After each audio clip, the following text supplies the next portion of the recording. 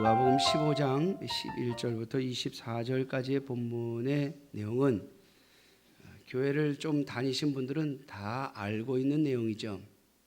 탕자의 비유 또는 돌아온 탕자, 이런 제목으로 우리에게 알려진 이야기입니다. 그런데 이 이야기는 사실 예수님께서 이 이야기를 하신 원래 목적은 큰 아들에 대해서 말씀하시기 위함이었습니다. 그러나 오늘 저는 큰 아들에 대한 본문은 일단 뺐습니다. 왜냐하면 저와 여러분들이 이 작은 아들과 그리고 그 아들을 향한 아버지의 마음을 한번 읽어보기를 원해서입니다. 오늘은 우리 어버이 주일이죠. 우리 어린 자녀들이 또 자식들이 부모에게 인정받고 싶어 하는 마음만큼 부모들 또한 자기 자식에게 인정받고 존경받고 싶어 합니다. 그것이 부모의 마음이죠. 내 자녀들이 내가 그들을 위해서 어떻게 희생을 했고 그들을 어떻게 사랑했는지를 내 자녀들이 알아주기를 바라는 마음, 그것은 아마 모든 부모에게 있는 마음이 아닐까 생각합니다. 그런데 사실 자녀들이 부모의 마음을 잘 헤아려 주지 못하지요. 많은 경우에 보면 그 자녀들은 부모가 세상을 떠난 뒤에야, 그리고 자신이 그 부모의 나이, 그 부모의 입장이 되고 나서야 부모의 마음을 이해하게 됩니다. 그리고 나서 후회하는 경우들이 상당히 많죠. 내가 내 부모님들의 마음을 몰라주었구나. 내 부모님 바로 나에게 이런 마음이었겠구나 라고 하는 생각을 그때서야 하게 되더라는 것이죠.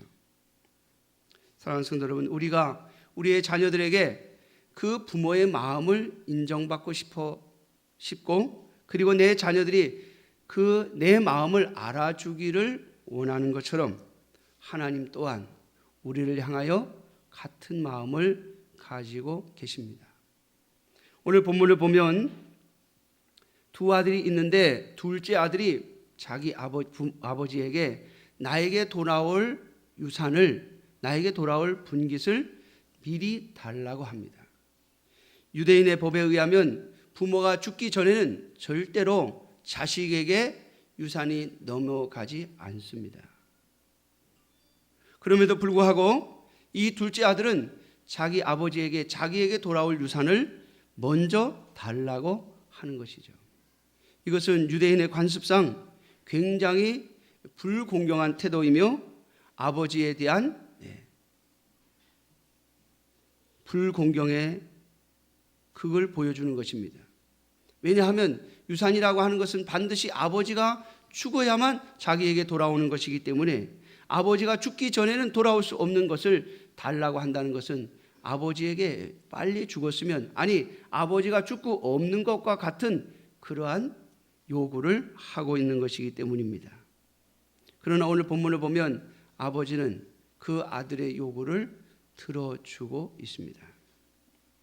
그리고 그 아들은 이 아버지가 준 자신에게 돌아올 분깃을 가지고 그것을 다 정리해서 돈으로 만들어서 아버지가 살고 있지, 아버지와 멀리 떨어진 먼 나라로 가서 자기 마음대로 살아봅니다. 그런데 그곳에서 모든 재산을 다 허비하고 낭비하고 다 잃어버리고 이제 빈손이 되어버리고 말았습니다. 그리고 그 나라의 흉년이 와서 이제 인심마저 흉흉해졌습니다. 그는 더 이상 고픈 배를 채울 길이 없어 다른 사람 밑에 들어가서 돼지를 치는 일을 합니다. 그럼에도 불구하고 그의 고픈 배는 다 채울 수가 없었지요. 그래서 그는 그때서야 깨닫습니다. 내 아버지 집에 있었더라면 적어도 품꾼이라도 굶지 않을 텐데 나는 여기서 아버지를 떠나 아버지의 재산을 모두 다 낭비하고 허비하고 그리고 여기서 굶어 죽게 생겼구나. 그러면서 이제 자기 아버지에게로 돌아갈 마음을 가지고 아버지에게 가서 내가 이제 아버지께 또 하늘에 하나님께 죄를 지었으니 이제 아버지의 아들이라고 말하지 못하겠고 아버지의 품꾼의 하나로, 종의 하나로 써주십시오. 그러면 감사하겠습니다 라고 말하자 그러고서 돌아갑니다. 그러나 아들이 돌아오는 모습 속에서 아버지는 이미 아들을 기다리고 있었고, 아들이 아직 먼 거리에 있음에도 불구하고 자신의 아들을 알아보고 달려가 그를 끼어안고 입을 맞추는 모습을 오늘 본문을 통해서 우리는 볼 수가 있습니다.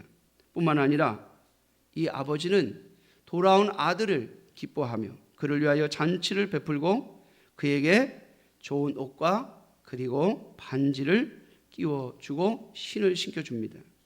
여러분, 좋은 옷을 입는다는 거 하는 것은 높은 신분을 회복했다는 뜻이요, 가락지를 끼웠다고 하는 것은 아들의 신분을 회복시켜준다는 뜻이요, 신발을 신겼다고 하는 것은 그를 종으로 대우하지 않고 아들로 대우하겠다고 하는 뜻을 가지고 있습니다. 오늘 이 본문 속에서 저와 여러분들은 하나님의 마음을 읽을 수 있는 주의 귀한 성도들이 되시기를 주님의 이름으로 축원합니다. 어떤 성도가 그러더군요, 저한테. 목사님, 이렇게 했으면 좋겠다 그러지 말고 그냥 이렇게 하라, 하지 말라, 아주 단도직입적으로 명령으로 해 주셨으면 좋겠습니다. 여러분, 우리가 가끔 하나님에 대하여 그런 마음을 가지고 있죠.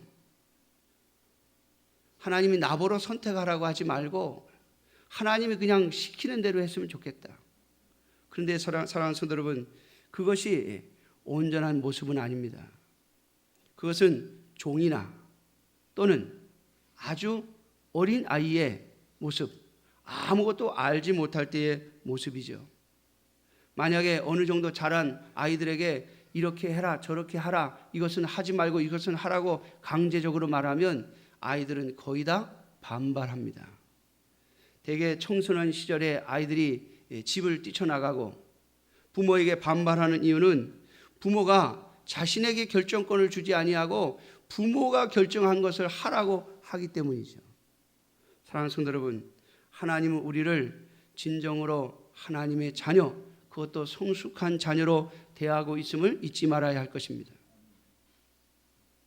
하나님은 우리에게 하나님의 말씀에 순종할 것과 순종하지 않을 것을 우리 스스로 결정하고 우리 스스로 할 수 있는 은혜를 베푸셨습니다. 우리가 죄의 종으로 있을 때, 하나님의 자녀가 되기 전에는 사탄이 우리를 유혹하는 모든 것에 끌려갈 수밖에 없습니다.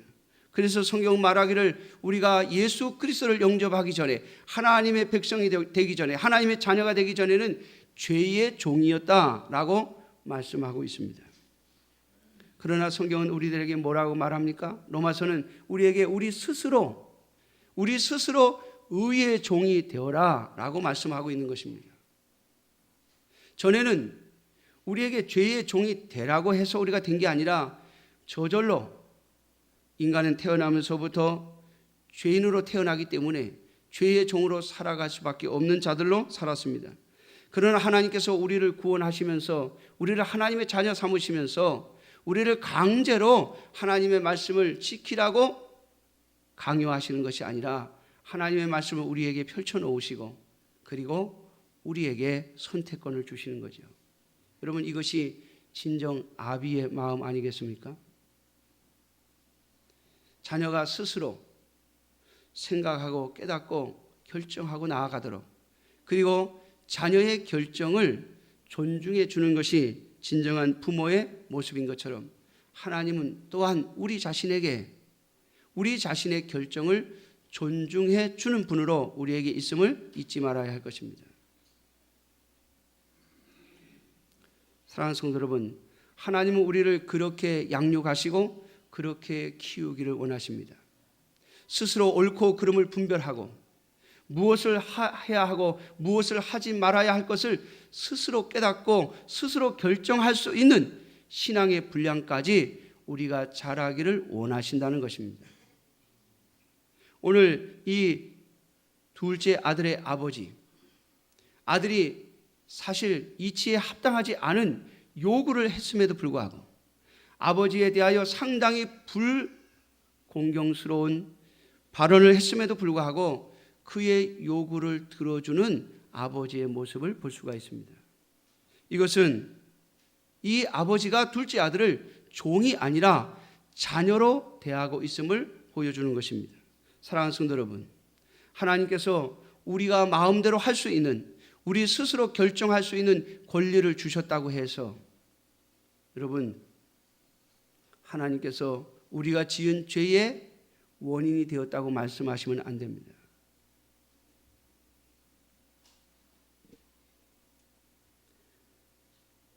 제가 지난 금요일에 어느 집사님 댁에 갔다가 극동방송을 틀어놓으셨더라고요. 그걸 듣는데 거기에 어떤 엄마가 기도 부탁을 하면서 그 극동방송에 그 기도해 주는 그런 프로그램이 있어요. 전화를 해가지고 우리 아들을 위해서 기도해 주세요, 목사님. 그러면서 뭐라고 하냐면 우리 아들이 너무너무나 착하고 우리 아들이 너무너무나 좋은 아들인데 노름에 빠졌다. 노름에 빠졌으니까 우리 아들을 노름하게 하는 그 노름 귀신을 쫓아달라고 기도해달라고 그러더라고요. 여러분, 노름 마귀가 시켜서 노름하는 겁니까? 자기가 노름하는 겁니까?